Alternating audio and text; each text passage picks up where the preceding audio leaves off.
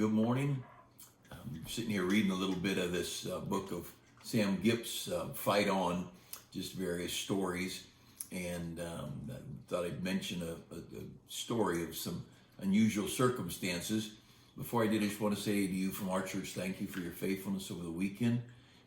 Great weekend with the Walker and Ship families, and just a wonderful time. Saturday and Sunday was great. Kicking off our spring program, and I'm so thankful for you, for your soul winning, all the effort and prayer and faithfulness and teaching. What just a great weekend is all I can say.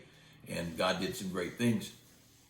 I would like to remind you, maybe if you weren't there, this is the end of March. We have our March Gladness offering, and the end of each March, we just sometimes we work a little harder at it, planning. And this year we had so much going on, we just kind of let it happen. But if you'd like to join us and be a part of we're working, just keeping our buildings up, a new security system, and then we're going to start working at remodeling our building, the bathrooms in the auditorium. And there's just always, we have nice buildings. There's always stuff that needs done, and your prayers and giving would be greatly appreciated. I wanted to mention the story here. 3 natives in Africa were headed upriver when they accidentally overturned their canoe. As the 3 swam to shore, laughing about their misfortune, no problem, they only got to swim, just the river. But a crocodile attacked and dragged one of them from underneath the river's surface. His 2 companions, as well as some natives on shore, watched in horror as he disappeared beneath the frothing water, never to resurface. They waited, but he never came up. So they all returned to their village to mourn their loss. When the crocodile took him, the young man lost consciousness beneath the water's surface.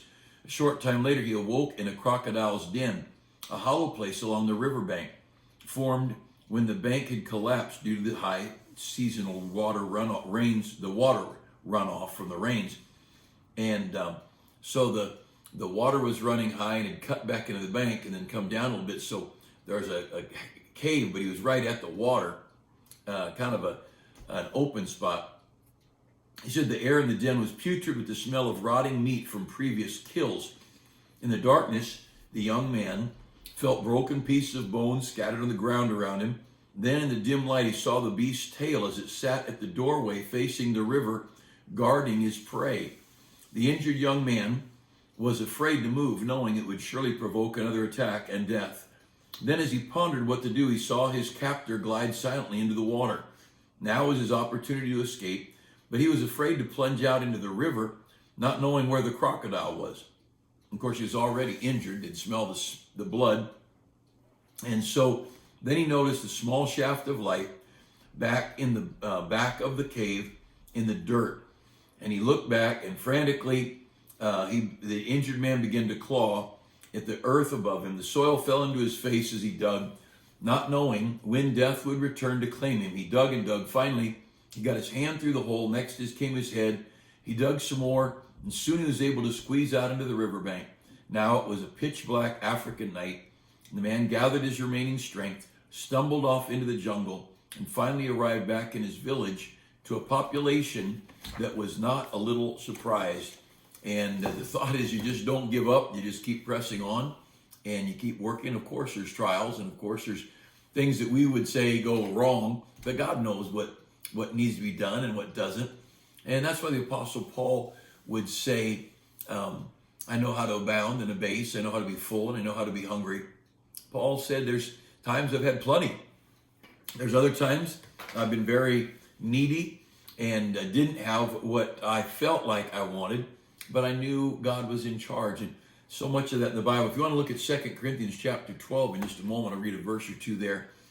And I was thinking about as a boy, I remember watching the Lakers. This is back when Jerry West and Gail Goodrich were playing, and Wilt Chamberlain back in the early 60s. And I remember, I want to say it was Gail Goodrich, but it could have been Jerry West. One of the guards was playing with a 103 fever or something like that. And the announcers were talking about how noble, that this guy's just pressing on because the game's important and willing to push. And Of course, you all heard stories of somebody playing with a broken this or that, and a finger broken, a nose broken, whatever, and it's just it's not an unusual thing in athletics. They're paid to play, and they want to play. They don't want to sit on the bench. And when you sit and think about athletes and their willingness to pay a price for glory, earthly glory, very temporary glory. The average young person today has no idea who Gail Goodrich is. And yet, Gail Goodrich was Jerry West's partner. And they were the two guards for the Lakers. And at the time, I'm not sure there was any real prestige which one was the best. Maybe Jerry West was, but they were both exceptional. And then other athletes that, they get forgotten. Most people, unless they're very old, would not know who Cassius Clay is. And he became a Muslim and changed his name to Muhammad Ali. But the same with other famous athletes. But, athletes pour their lives into something that's so temporary, so short-lived.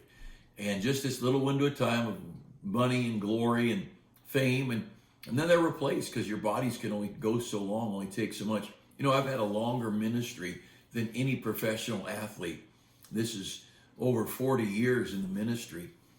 40 years here at our church, but I was serving a couple of churches before I was here, not full-time, but as a college student, working summers in my church in Reading and working part-time in other churches. And, it's a great thing to serve God because you can go on and on and on. You can do it until the day you die. And the Apostle Paul's in jail, still witnessing, still writing. And his writings are the much of our New Testament. And his witnessing and soul winning, his stories that are recorded. And the great thing about living for God, as your frail body gets more frail, you realize, I can still do something. And I can pray, and I can witness, and I can pass out a tract here or there. And maybe a business deal or a doctor's office, you're waiting or whatever, and you get a chance to give the gospel to somebody. We can all do something. And that's the great thing about Christianity, is God continues to use us because it's his strength. And sometimes God gets more glory, and maybe all the time gets more glory from a weak body than he does a strong one, because a strong one can take personal credit, but a weak body has nothing to do but say it's all God, and it's his faithfulness. Now, with that in mind, I want to mention in 2 Corinthians chapter 12, and just a word or two about the Apostle Paul. He had been, I don't know what you can say, undercut by some people. Paul would, start churches and travel and preach, and he'd circle back around.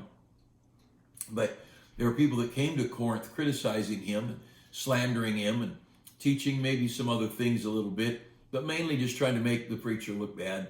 And he's the one who started the church, and he's the one who won many of them to Christ, and yet they did their best to make him look bad in his absence. And Paul said, you know what, it's okay. I'm all right with it. Let it happen. And now he says in verse 15 is where I want you to see, and I will very gladly spend and be spent for you, though the more abundantly I love you, the less I be loved. Two really huge statements. I will very gladly spend and be spent for you. Paul said, serving others is like spending yourself. Now, you can spend yourself on a career, making money. You can spend yourself on professional athletes. You can spend yourself working at the grocery store, some business complex. And as most of you that are older have found, most businesses, you may have some friends and close relationships, but most businesses, they just use you. And they use you until you can't do it, and they toss you out and they get someone else to do it. Paul said, I'll very gladly spend and be spent for you.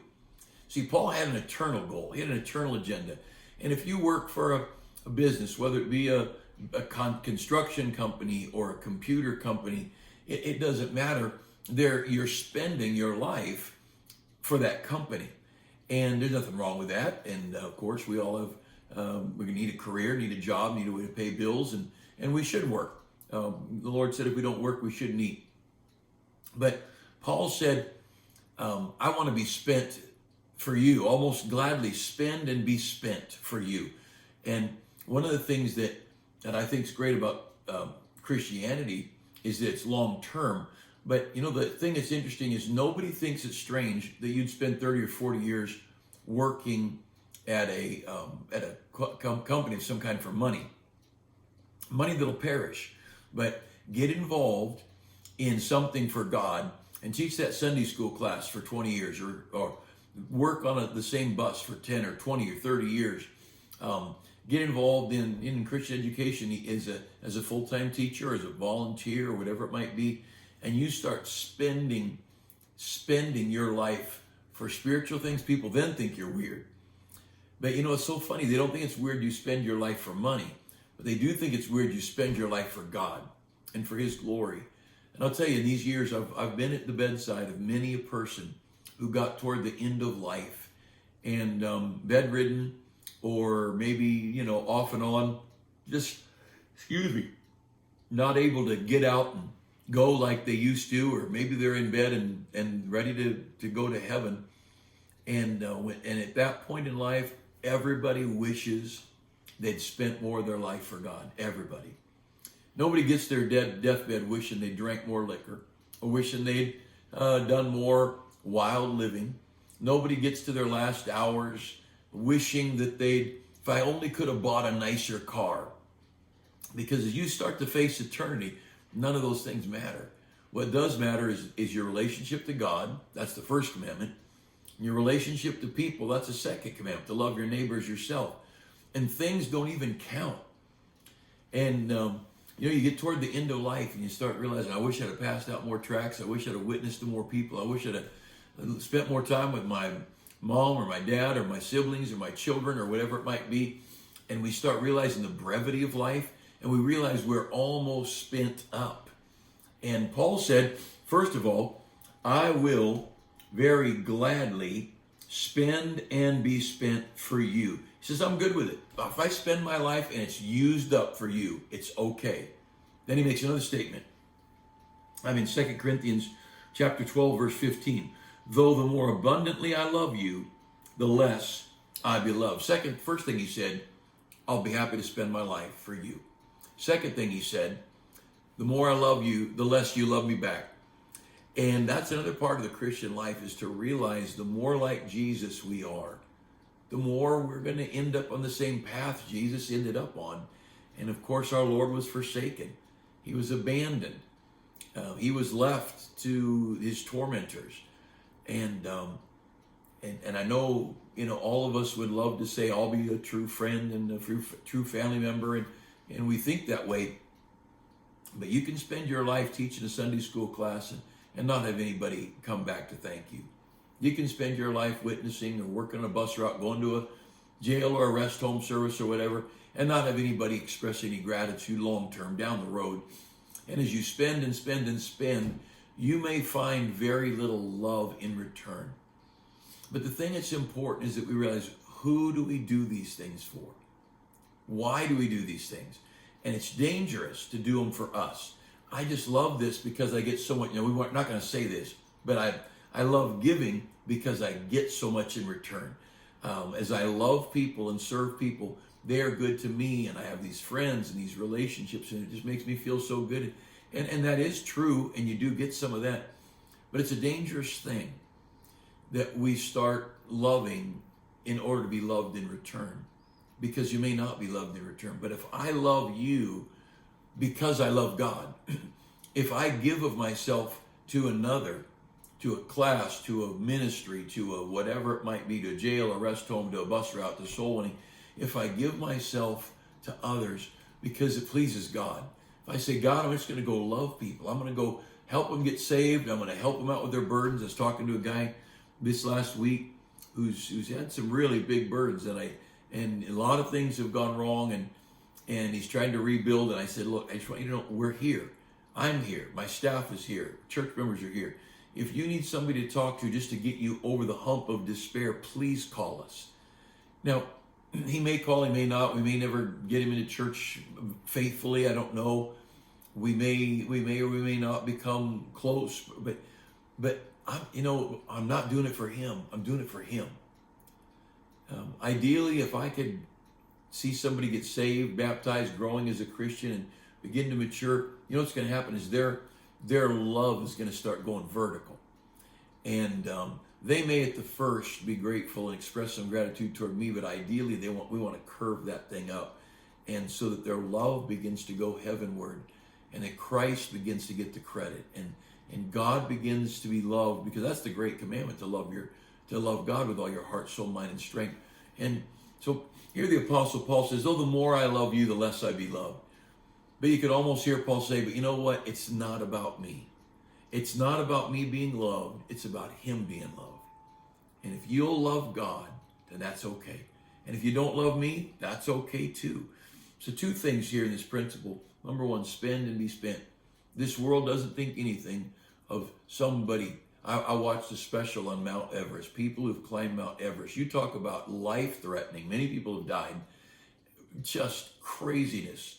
And the training, the years of organization to get on this quest to the top of Mount Everest. And you know, when you get up there, it's like that old song, the bear went over the mountain. What did he see? He went over there to see what he could see, and all he could see was the other side of the mountain. It's just a mountain. But if you do it, you'll be famous. Boy, I climbed Mount Everest, great. But you know what? I taught a Sunday school class for 20 years, and I go out soul winning twice a week, or I go down to the park and witness to the homeless and bring them some food now and then. People think you spend your life doing that. That's a waste. But I can tell you something. It's not a waste to live for God, because it's not for the people you're ministering to. It is a waste. If you're hoping to get paid back, that's a waste. Because Paul the Apostle, as great a man as he was, he stood alone in court when he was arrested, and he was often did without. But he didn't do it for him. He did it so people would love God. And that's why we do what we do. And if the world hates us, let's just go ahead and love God and love people. And if the world loves us, count it as gravy. It's not deserved, it's not expected, but we'll take it. But let's spend and be spent. Let's spend our lives. Let's spend our lives for others. And again, many a wonderful mother or father got to the end of their life, and their children got busy and out, and they're not bad kids. They just get busy, and maybe they don't get the time with mom and dad like they want, or maybe they live across the country, and the parents might feel a little bit abandoned. But I'll tell you what, it's a wonderful thing when you know God is pleased. When you're doing it for God and for his glory. And that ought to be our goal. 1 Corinthians 10:13, I believe this says, "Whether therefore you eat or drink or whatsoever you do all to the glory of God." And as long as we're doing it for him, then we're going to be okay. And the disappointment will be minimal, and we'll be able to say, "Glory to God. It's so good to live for God and to make him happy." I hope you have a great day. Pray for this week. And again, thank you for a great Sunday. The whole weekend. Great weekend. I appreciate you so much. And let's pray. Pray for our church. Pray for our state. Pray for our country. We sure need the Lord.